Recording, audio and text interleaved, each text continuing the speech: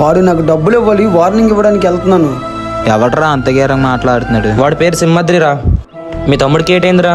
ఉండరా, ఏటైందిరా? ఏటైంది తమ్ముడు? సింహాద్రి డబుల్ బ్యాక్ని కొట్టేశారన్నా. వాడికి ఉంటుందిరా, నువ్వు ఇంటికి వెళ్ళి.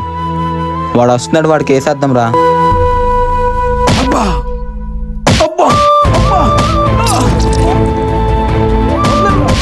ఎందుకన్నా కొట్టేస్తున్నారు?